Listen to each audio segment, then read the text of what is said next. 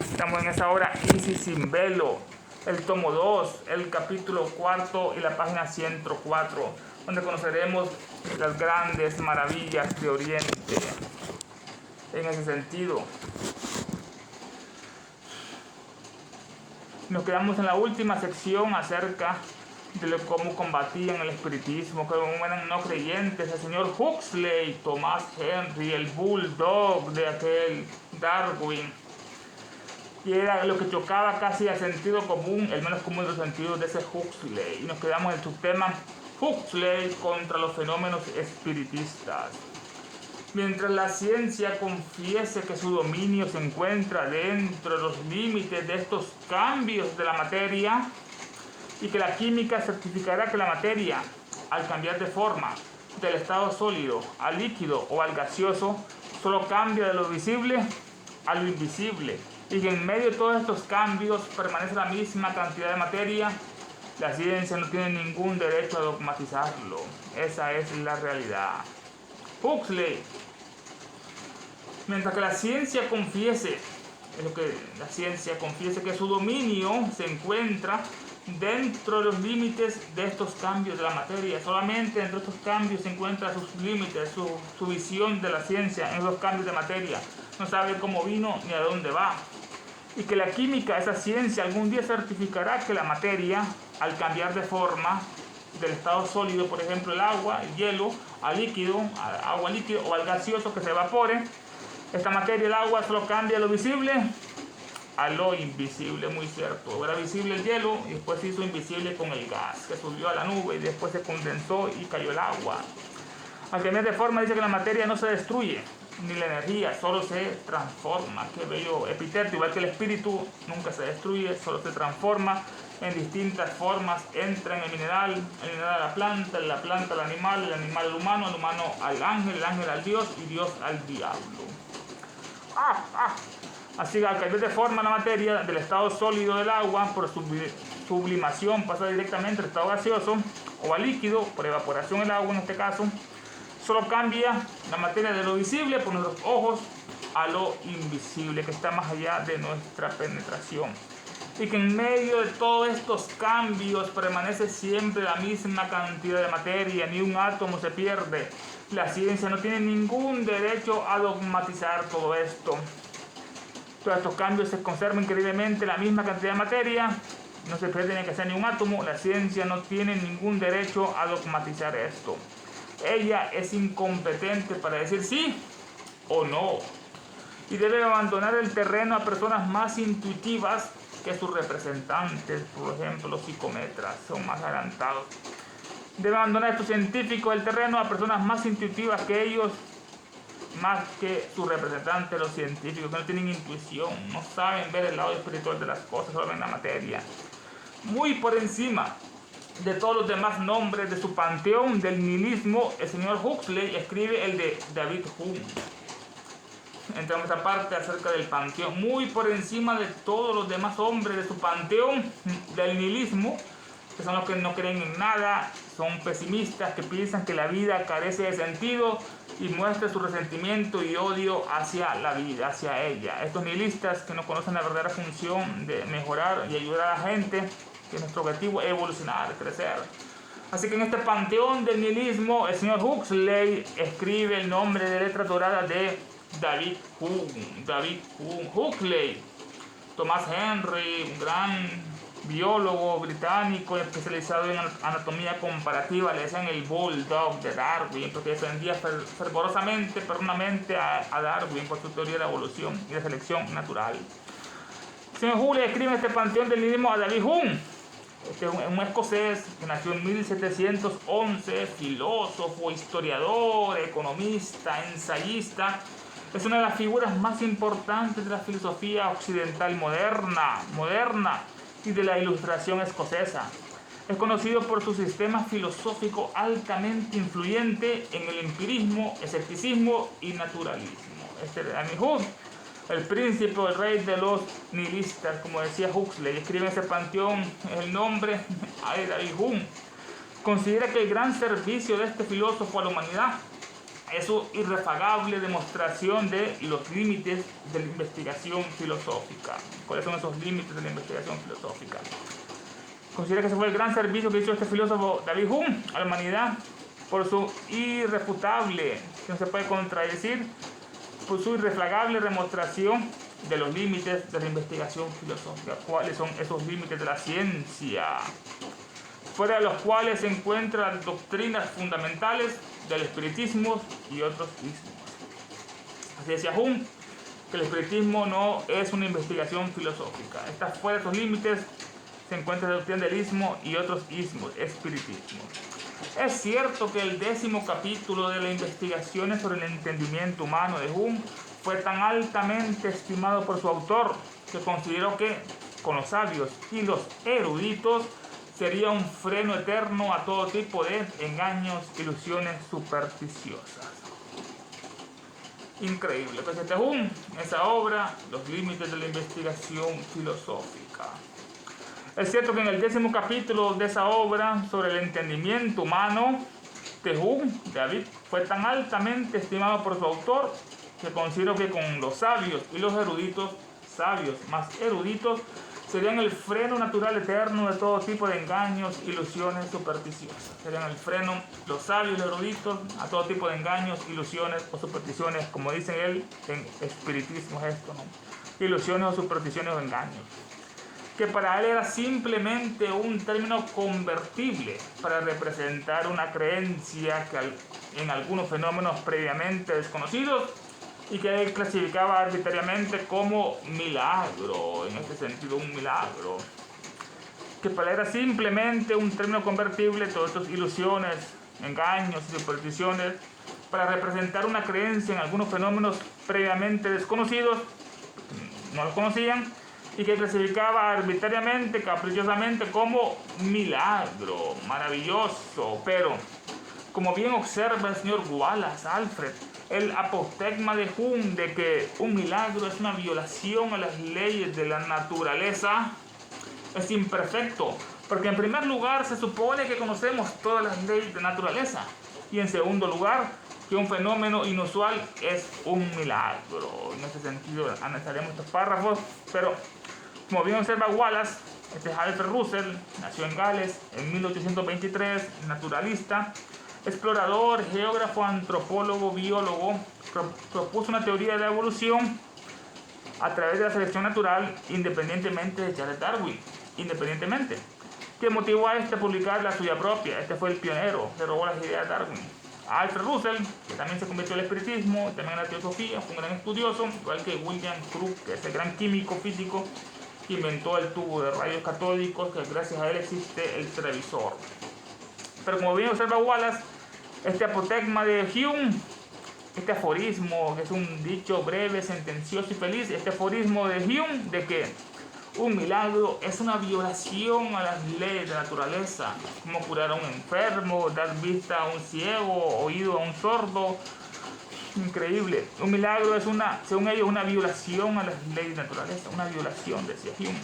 Esto es imperfecto, es falso, es incorrecto. Porque en primer lugar, se supone que conocemos todas las leyes de naturaleza, ¿las conocemos todas? No. Y en segundo lugar, que un fenómeno inusual es un milagro, un fenómeno extraordinario es un milagro. El señor Wallace propone que un milagro debería definirse como cualquier acto o evento que implique necesariamente la existencia y agencia de inteligencias sobrehumanas. El concepto que nos dio Wallace: milagro, cualquier acto o evento que implique necesariamente la existencia y agencia y acción de inteligencias sobrehumanas, como son los ángeles, los dianis planetarios, los espíritus, los dioses. Ahora bien, el propio David Hume dice que una experiencia uniforme equivale a una prueba. Una experiencia uniforme, o sea, que observar por todo el mundo, equivale a una prueba. Y Huxley, en su famoso ensayo suyo, admite que todo lo que podemos saber de la existencia de la ley de la gravitación es que, desde que toda la experiencia humana, piedras sin apoyo, han caído al suelo. No hay ninguna razón para creer que no volverá a ocurrir lo mismo. Es lo que decía este Huxley en su famoso ensayo. que todo lo que podemos saber de la existencia de la ley de la gravitación es que, es lo que decía Huxley, antes decía David Hume, una experiencia uniforme equivale a una prueba. Todo lo que es uniforme es una prueba.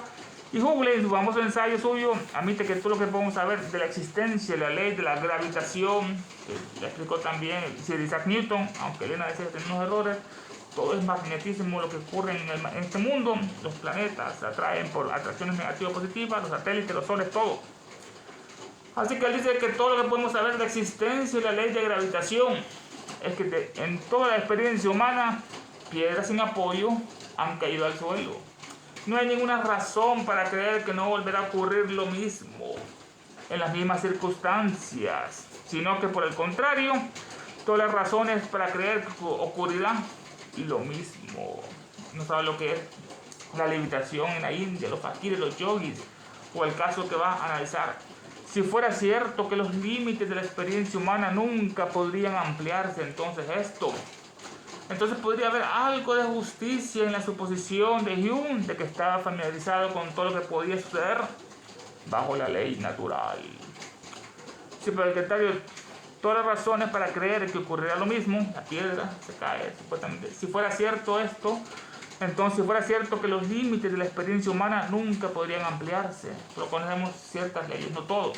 Si los límites de la experiencia humana nunca podrían ampliarse, entonces podría haber algo de justicia en la suposición de David Hume de que estaba familiarizado con todo lo que podría suceder bajo esta ley natural. Todo está familiarizado. Y alguna excusa decente para el tono despectivo que caracteriza todas las alusiones de Huxley al espiritismo. Si esto fuera verdad, si fuera cierto que los límites de la experiencia humana nunca podrían ampliarse, esos límites nunca se podrían ampliar según ellos, entonces podría haber algo de justicia en la suposición de que Hume, de que él está familiarizado con todo lo que puede suceder bajo la ley natural, y alguna excusa decente habría para el tono despectivo, humillante que caracteriza todas las alusiones de Huxley al espiritismo, creencia degradante. O Tyndall decía que el mundo tendrá una religión de algún tipo, aunque tenga que ir por ella al prostíbulo intelectual del espiritismo, al lupanar. Pero, como resulta evidente de los escritos de estos dos filósofos, Huxley y Hume, que son ignorantes de las posibilidades de los fenómenos psicológicos, no se puede tener demasiada cautela al otorgar peso a sus dogmáticas afirmaciones. Muy cierto. Como resulta evidente de los escritos de estos dos filósofos, que ellos son ignorantes de las posibilidades de los fenómenos psicológicos, el espiritismo, por ejemplo, los fantasmas que aparecían, son ignorantes de estos fenómenos psicológicos. No se puede tener demasiada precaución al otorgar peso a sus dogmáticas afirmaciones. Realmente se podría suponer que una persona que se permitiera tal rudeza al criticar las manifestaciones espiritistas se hubiera calificado para el cargo de censor mediante un curso de estudio adecuado. Es la gran verdad en este punto. Realmente se podría suponer que una persona que se permitiera tal rudeza, como Huxley o David Hume, al criticar las manifestaciones espiritistas, los fantasmas, las mesas voladoras, danzantes, si esta persona al criticar las manifestaciones espiritistas se hubieran que sea calificado para el cargo de censor, aunque sea para eso, el que censura mediante un curso de estudio adecuado. Pero en una carta dirigida a la Sociedad Dialéctica de Londres, el señor Huxley, Thomas Henry, después de decir que no tenía tiempo para dedicarle al tema y que no le interesaba, hace la siguiente confesión, que nos muestra sobre qué ligero fundamento los científicos modernos forman a veces opiniones muy positivas, muy ignorantes. Escribe él: el único caso de espiritismo que tuve la oportunidad de examinar por mí mismo fue una impostura tan grosera como siempre he tenido conocimiento. Esas son las palabras de Huxley en este caso. Hubiera sido mejor estudiar algo un poco de censor, porque va a censurar. Pero una carta que él dirigió a la Sociedad Dialéctica, la Sociedad de Londres, donde hacen discusiones, debates, arte de argumentación o refutaciones. Una carta dirigida a la Sociedad Dialéctica de Londres, al señor Huxley, después de decir que no tenía tiempo para dedicarle al tema y que no le interesaba, tenía prejuicios, entonces no lo critiques si no lo conoces. Hace la siguiente confesión, le dice a él que no le interesaba y que no quería dedicarle tiempo, que nos muestra sobre qué ligero fundamento los científicos modernos forman a veces opiniones muy positivas en este caso. Que nos muestra sobre qué ligero fundamento los científicos modernos forman a veces opiniones muy positivas, muy ignorantes. Escribe en esta carta a la Sociedad Dialéctica de Londres: el único caso de espiritismo que tuve la oportunidad de examinar por mí mismo fue una impostura tan grosera como siempre he tenido conocimiento, concluyó en la carta. ¿Qué pensaría este filósofo protoplasmático de un espiritista que, habiendo tenido solo una oportunidad de mirar a través de un telescopio, y que en esa única ocasión hubiera sido engañado por un astuto ayudante del observatorio, debería denunciar inmediatamente a la astronomía como una creencia degradante? Me calificó porque en una ocasión una creencia degradante del espiritismo. Tremendas palabras. ¿Qué pensaría este filósofo protoplasmático? De que todo venía del protoplasma, que es la primera formación, que es la materia que contiene el citoplasma y el núcleo de la célula, el protoplasma, la primera. ¿Qué pensaría este filósofo protoplasmático? Que decía era su dios, la materia, y el protoplasma era la deidad. Estamos entrando lentamente al santuario, como nos decía en otra parte, de Tyndall, el dios molecular.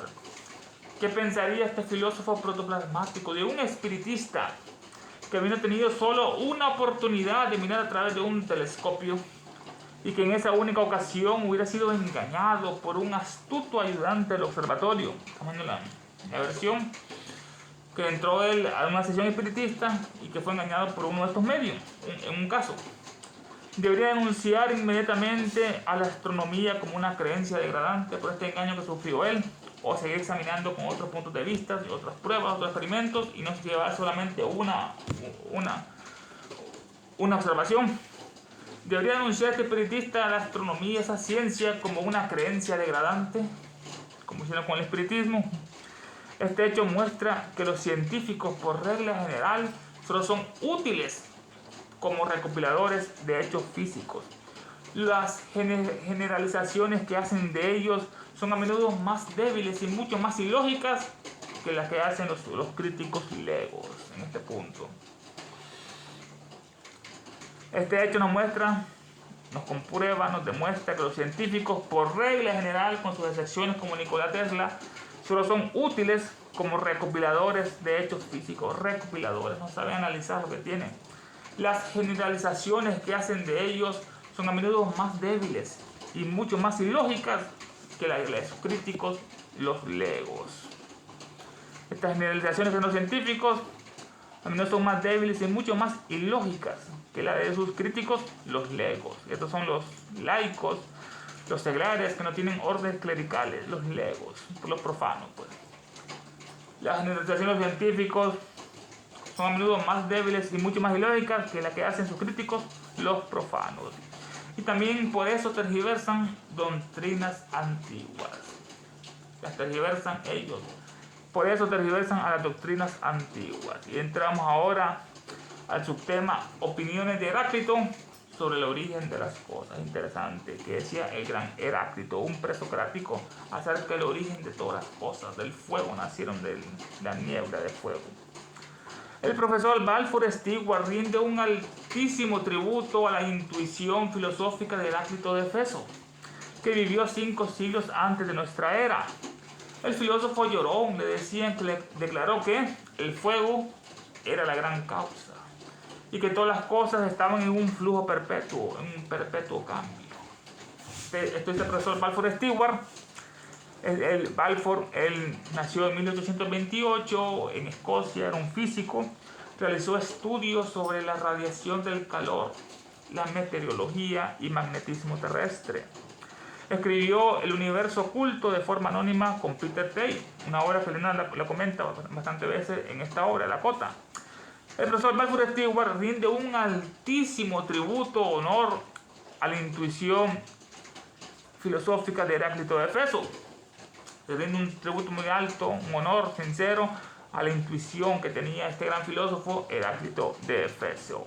que en la actualidad es Turquía, Efesio, que vivió 5 siglos antes de nuestra era.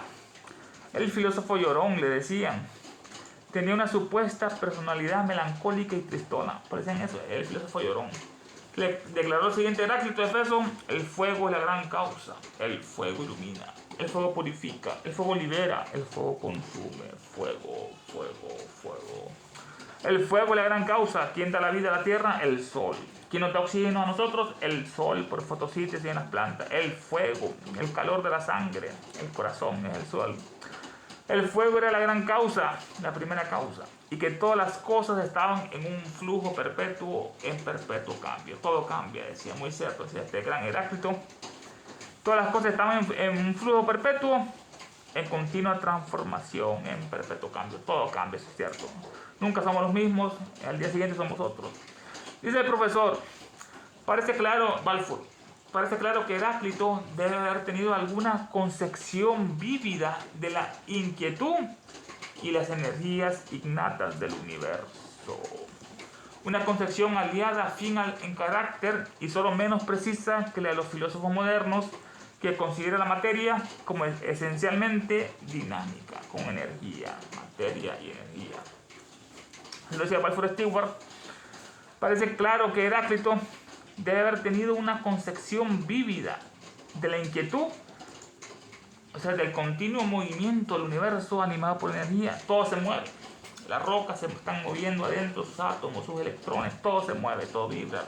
Los satélites alrededor de planetas, los planetas alrededor de los soles alrededor de la galaxia, todo se mueve y todo gira alrededor del el sol central universal, que está en la constelación de Tauro, en las Pleiades Alción.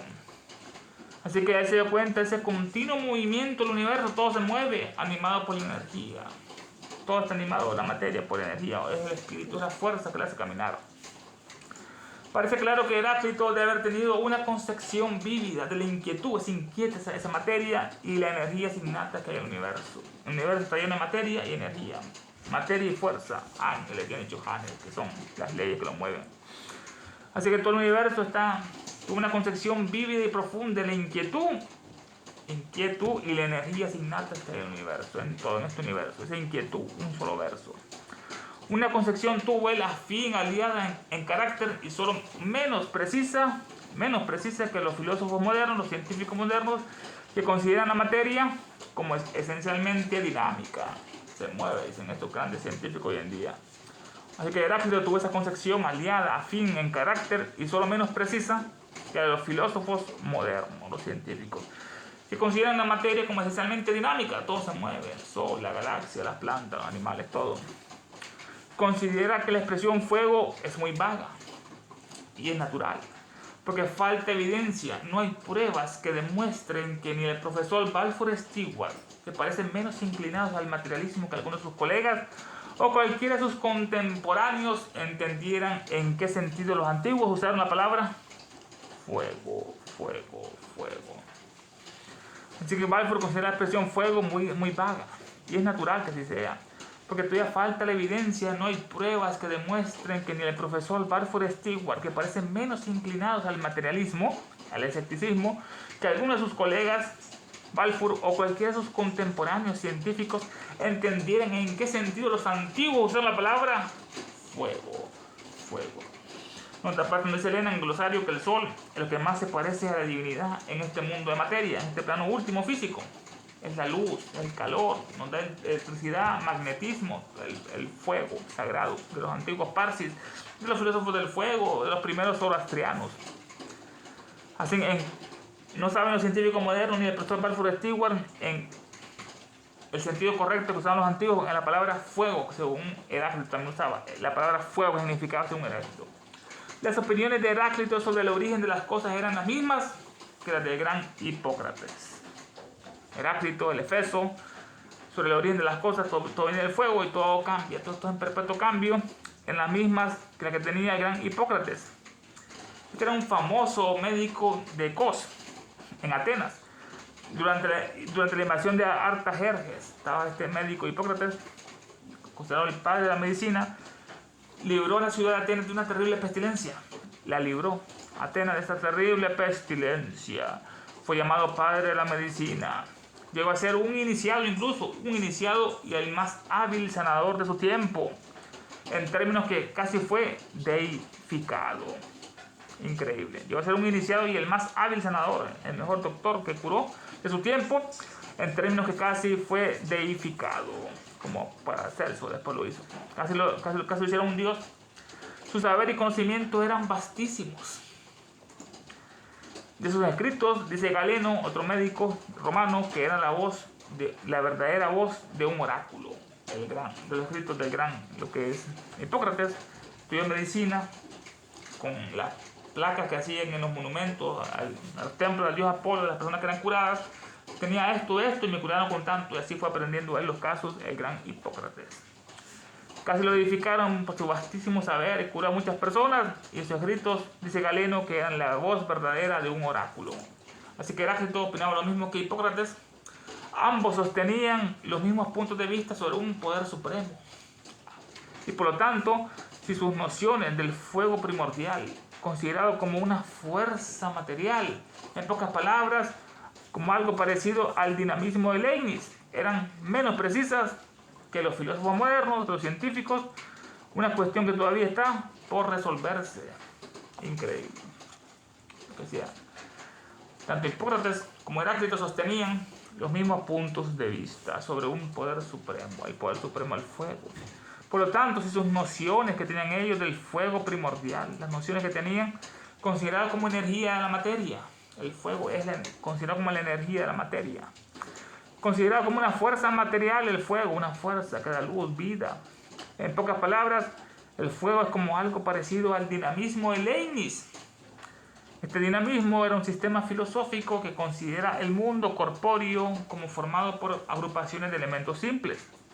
El mundo corpóreo formado por agrupaciones de elementos simples, como una célula, forman todo un organismo, realmente inextensos y cuyo fondo esencial es la fuerza. En cada pedazo de materia no es solo divisible infinitamente, decía Leibniz. En cada pedazo de materia no es solo divisible infinitamente, sino que está dividido sin fin en más partes, cada una de las cuales posee un movimiento propio, como los átomos, protones, electrones, los quarks, el bosón de Higgs. En la parte más minúscula de la materia hay un mundo de criaturas, de seres vivos, animales, entelequias y almas, decía él. En la parte más minúscula, más pequeña de materia, hay un mundo de criaturas, microbios, microorganismos, de seres vivos, bacterias, virus, etc., animales, entelequias, inteligencias y almas. Cada pedazo de la naturaleza puede ser concebido como un jardín repleto de plantas y como un estanque lleno de peces. Qué visión, nos dice él. Cada pedazo de naturaleza puede ser concebido como un jardín repleto de plantas y como un estanque lleno de peces. Las mónadas están ordenadas jerárquicamente. Las mónadas, como vimos en lo que decía el cabalista, la piedra se convierte en planta, la planta en animal, el animal en hombre, el hombre en ángel, el ángel en Dios y el Dios en diablo. En todas partes hay jerarquía, en la naturaleza, en los humanos, en los ángeles. Las mónadas están ordenadas jerárquicamente. No es lo mismo la mónada de el logo planetario que el logo solar, que el logo cósmico universal. No es lo mismo.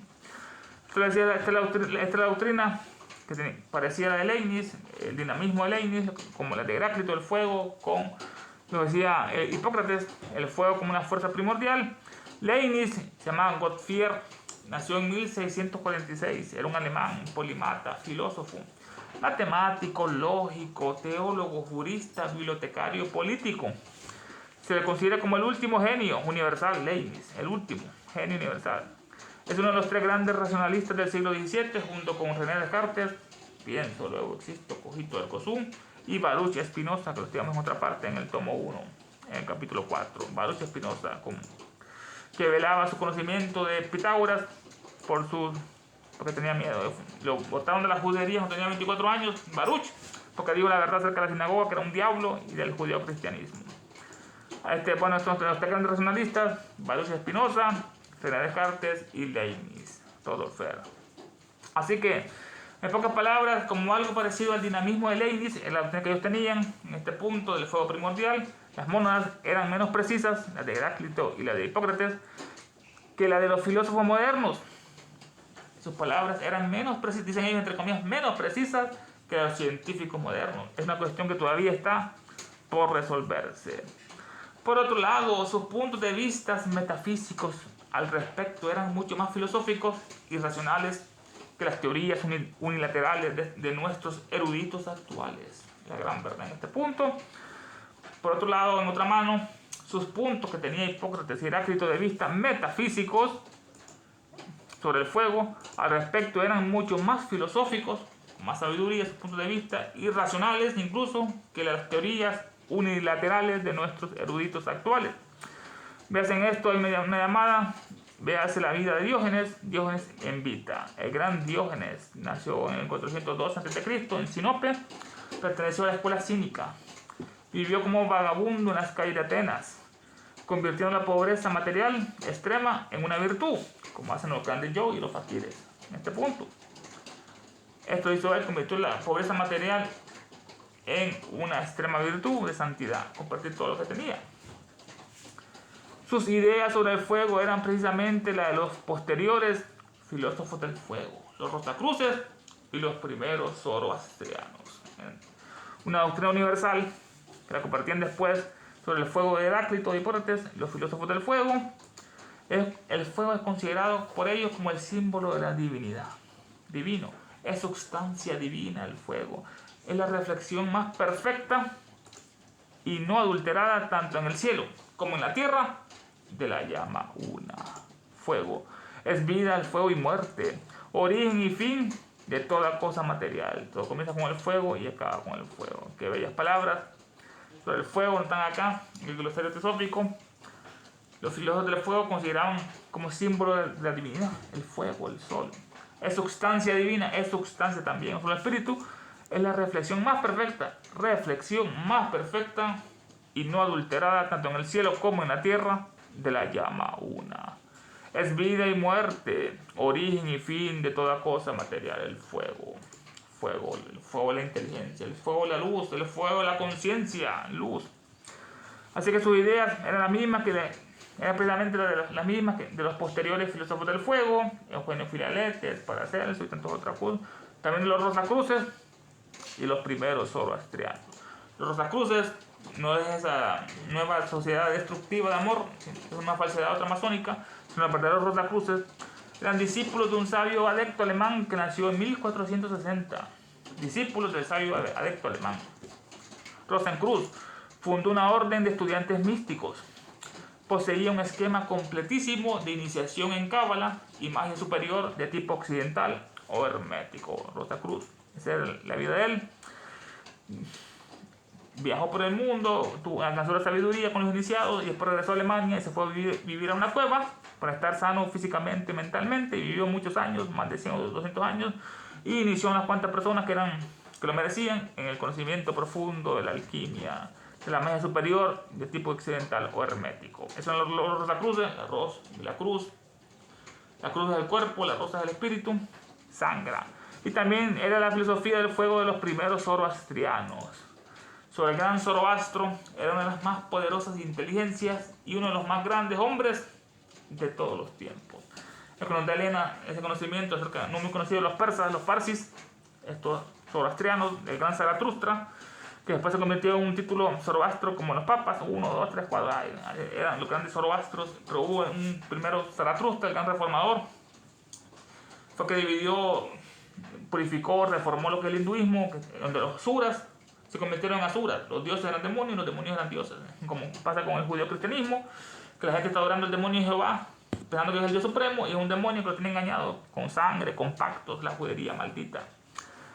Así que nos dice Elena en una parte del glosario, Zoroastro, una de las más poderosas inteligencias que ha habido en la tierra, una de las más poderosas junto con Buda y tantos otros, y uno de los más grandes hombres de todos los tiempos, el gran Zoroastro. Así que todos compartían la misma esencia del fuego, los filósofos del fuego, los Rosacruces, los primeros zoroastrianos, Hipócrates y el otro. Estamos analizando, en este caso, Heráclito de Éfeso. Ellos afirmaban que el mundo fue creado del fuego, la niebla del fuego, cuyo espíritu divino es un Dios omnipotente y omnisciente. Todos ellos afirmaban, Heráclito, Los Rosacruces, los zoroastrianos, los filósofos del fuego afirmaban Hipócrates que el mundo fue creado del fuego. Todo comenzó con el fuego, con el sol, la niebla ígnea, cuyo espíritu divino es un Dios omnipotente que todo lo puede y todo lo sabe, es omnisciente. Que bella expresión nos da aquí en este punto. Cuyo espíritu divino es un Dios omnipotente y omnisciente, ese espíritu del fuego. Todo lo puede y todo lo sabe en su sistema solar, pues el logo solar en este caso. Todos afirmaban la misma doctrina, que el mundo fue creado del fuego. A nosotros la mente nos lo dieron los pitres solares. Antes el hombre no tenía mente, era un animal.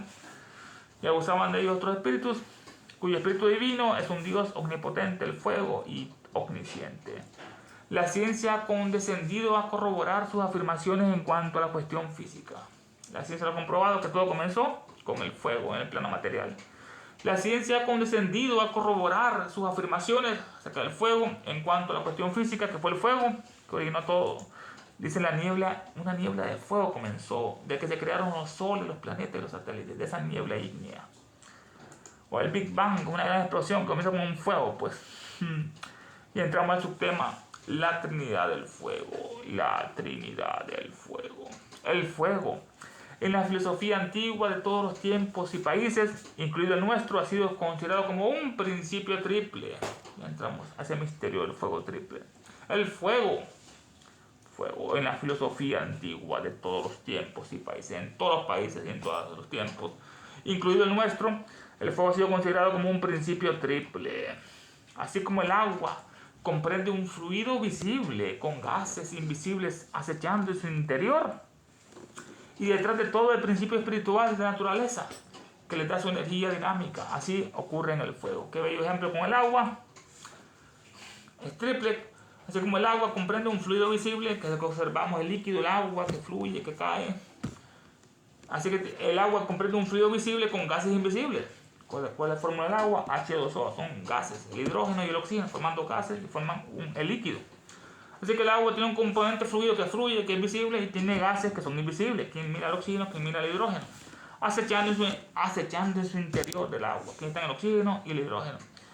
Ya van dos. Y detrás de todo el agua está el principio espiritual de la naturaleza, que ya son tres. El agua física, el agua invisible, los gases, y el principio espiritual de la madre tierra, que está en todas partes, que es todo lo que nos rodea. Detrás de todo, el espíritu espiritual de la naturaleza. Eso yace en el agua espiritual, el principio de la energía dinámica. Dice otra traducción errónea de Clement Terres, de esta obra sublime. Dice que en el agua, eso yace en el agua espiritual, el principio de la energía dinámica que lo mueve todo.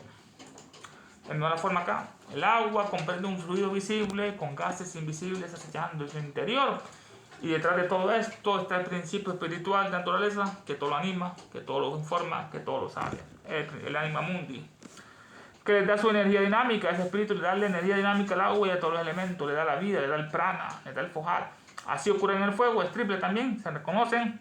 En primer lugar, en el fuego, una llama visible, que la vemos, esa llama, que tiene tres colores, un amarillo, anaranjado y un azul oculto en su mera llama. Azul, amarillo, son tres en uno, visiblemente. El fuego existe una llama visible, se compara después con el cuerpo físico. Nosotros tenemos el cuerpo físico en nuestra distribución trinitaria. Número 2, en el fuego está el fuego invisible o astral. Un fuego invisible o astral. Invisible cuando está inerte, sin movimiento, inactivo. Pero cuando está activo el fuego produce el calor, produce la luz, la fuerza química, la electricidad, el magnetismo, los poderes moleculares. Todo esto es el fuego astral. Interesante expresión.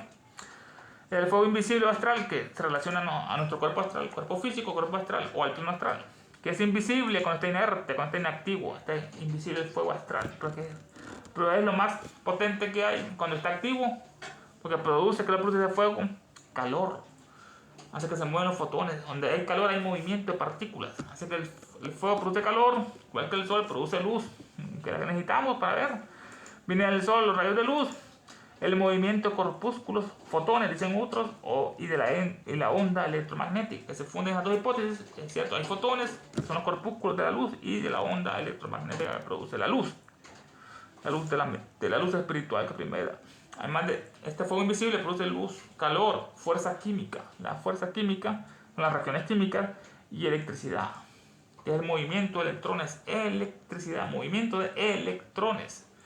Y también produce los poderes moleculares. Todo esto increíble produce este fuego astral invisible, calor, luz, fuerza química, electricidad y los poderes moleculares, faltaron los magnéticos.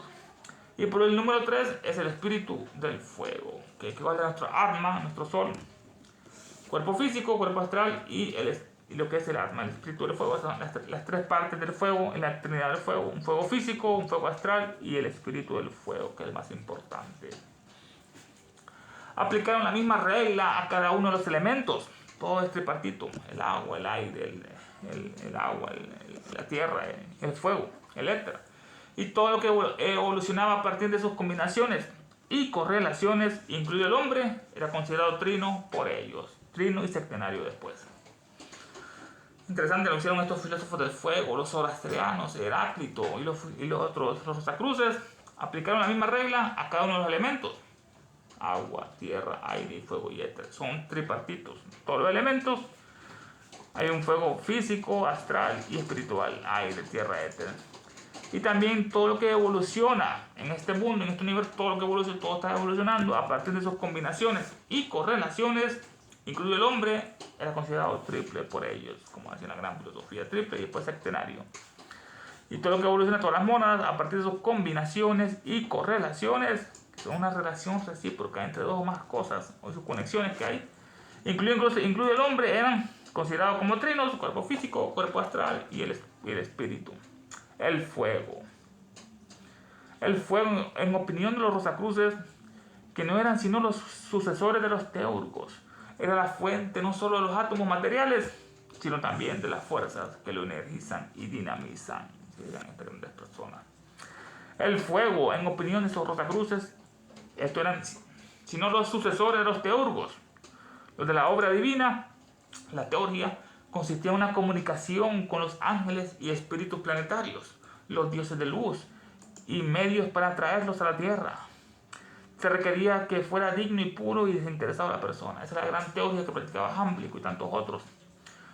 La teoría, la obra divina, consistía en una comunicación, importante comunicación con los ángeles y espíritus planetarios. ¿En qué idioma hablaban? En Sensara, en Devanagari. Consistía en la comunicación con los ángeles y los espíritus planetarios, de Marte, de Venus, Mercurio, los dioses de luz, y medios para traerlos a la tierra. ¿Okay? ¿Cuáles son los medios para traerlos? Es la purificación, el conocimiento, la sabiduría. Se requería que fuera digno, puro y desinteresado el teurgo. Así que estos rosacruces eran los sucesores de los teurgos del paganismo. Decían ellos que el fuego era la fuente no solo de los átomos materiales, sino también de las fuerzas que lo energizan y dinamizan, que lo mueven y todo. Así que este es el fuego en una visión más profunda. No solo era el origen de los átomos materiales, que ocurren con un torbellino ígneo de Fohat. Fohat es un torbellino. Forma los elementos según un esquema de los elementos de Sir William Crookes. Nos dio su tabla periódica, entre comillas, comenzando con el hidrógeno en el centro del tornado y después se va transformando en helio, en otro caso, en neón, y así se van consolidando. Esta es una mejor forma de ver el modelo que hizo Crookes, que la forma periódica que después trajo Mendeleev. No, la correcta es la de Crookes, que es una espiral, que van 3 elementos a la izquierda y 3 elementos a la derecha, y el centro, uno es un 7, y así se van formando familias en este punto. Así que el fuego no solo era la fuente de los átomos materiales, no solo los materiales, también los espirituales, sino también era la fuente de las fuerzas que mueven la materia, que los energizan y dinamizan. La energía de los átomos comprendía la fuerza, la materia, la fuerza y energía. El fuego de Fohat: materia y más fuerza, energía. ¿Qué mueve la materia? La fuerza. La fuerza, ¿dónde viene la energía? La energía, ¿dónde viene? Viene del fuego de Fohat, de los ángeles espirituales, etc. Así que no solo era la fuente de los átomos materiales, sino era también de las fuerzas. El fuego es origen todo, el fuego de las fuerzas y que los energizan y dinamizan a esos átomos. Cuando una llama visible se extingue, cuando se apaga una llama, ha desaparecido. No solo de la vista física, sino también de la concepción materialista para siempre. Materialista, cuando ven que un fuego se apaga, desaparece, sino también desaparece la concepción de materialista para siempre. se va más allá de su entendimiento en este punto. No solo la vista, sino también la concepción del materialista, para siempre. Pero el filósofo hermético sigue mirando la llama a través del mundo divisorio de lo conocible, a través y hacia afuera del otro lado, en el inconocible. Estamos llegando a la parte culminante de este estudio. Qué bella expresión de Huxley en contra de los fenómenos espiritistas. Después nos trajo las grandes opiniones de Heráclito sobre el origen de las cosas, que era el fuego, como decían los teórgicos, los Rosacruces, los primeros zoroastrianos, los filósofos del fuego. Todo comienza con el fuego, como decía Hipócrates. Qué belleza este conocimiento que solo nuestra Elena nos regala. Por que esta obra tan escondida, porque dice la verdad. Y saber es poder. El mundo quiere ignorancia, quiere falsedad, quiere engaños, quiere Hollywood, quiere lo que es iglesia católica, protestantes, musulmanes, islam, Corán, sinagogas. Estos son del pasado. Este es el futuro, este es el presente. La sabiduría es un libro que realmente lo leemos y encontramos ese sabor de la verdad que ella nos brinda, que el mundo después guarda silencio por todas las grandes mentiras de los premios Nobel, de Pablo Coelho, de García Márquez, del otro, no sé cómo se llama, la chilena aquella farsante, la música, porque esto es la verdad y se siente. Por eso que lo oculta el sistema como de lugar, para que los hombres siguen adorando esas bestias masones, esas bestias de la sociedad teosófica, esos de Tarragota, esas alimañas que no sirven absolutamente para nada. No hay religión superior a la verdad. Es el lema que dio al emblema de nuestra querida Elena. Oh, salve, gran César, le dicen los que van a vivir, te saludan. Y damos las invocaciones finales. Invocación al demonio solar por la guerra del mundo.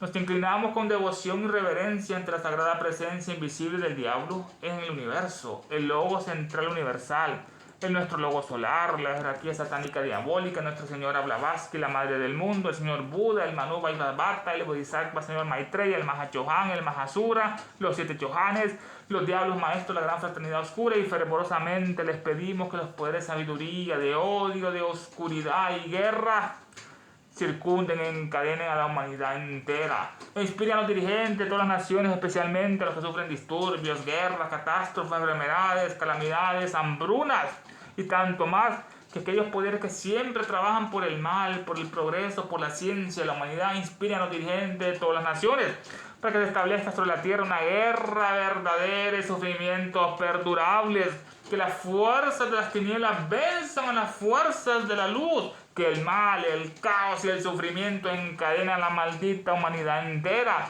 que la guerra y la maldición de los diabólicos seres se derrame por el mundo, que los poderes de sabiduría, tinieblas, odio envuelvan a todos los seres y a todas las criaturas, a todos los hombres y mujeres de esta tierra. Hay una sola vida, una sola satanicidad de hombres y mujeres y una destrucción de naciones. Que el espíritu de desunión y del odio incompasivo que no conoce barreras se apoderen del planeta entero.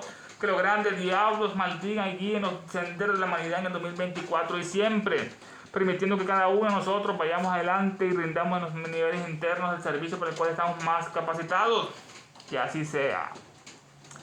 Creo en Satanás, padre del mal y Señor nuestro, y en su Hijo el Anticristo, nacido y engendrado de una bella Virgen Helena. Creo en el diablo omnipotente, padre del mal, destructor de todas las cosas, perturbador de los cielos y la tierra, y en el Anticristo, su único Hijo y perseguidor nuestro, que fue concebido por obra del espíritu maligno y nació una sacrílega y bella Virgen. Fue glorificado por los hombres y reinó sobre ellos. Subió al trono del Dios Todopoderoso y sentado junto a él insulta desde allí a los vivos y a los muertos. Creo en el espíritu del mal, en la sinagoga de Satanás, en la comunión de los malvados y en la perdición del cuerpo y en la muerte y infierno perdurables. Del cielo cayó un lucero, su nombre, oh luz cósmica manifestada, oh unidad de la vida única, oh celeste Shukra resplandeciente, oh manifestada conciencia proterva, oh fojad indómito y etérico, oh eterno entre los eones, oh rayo prometeico mamantárico, que tu luz descienda hacia nosotros, que la fuerza se enciende y que el gran Satán prevalezca. Que aquel que se sienta uno contigo, sepa por lo tanto que no es uno con todos los demás. Despertad, criaturas dracónicas, es hora de volver a la superficie. Él volverá. Es el fin de una era. Queremos justicia diabólica, pero no las... ¡Ya! Satanás es nuestro Dios, nada nos faltará. Blavatsky es nuestra diosa, todo lo perderán. ¡Ave Satán!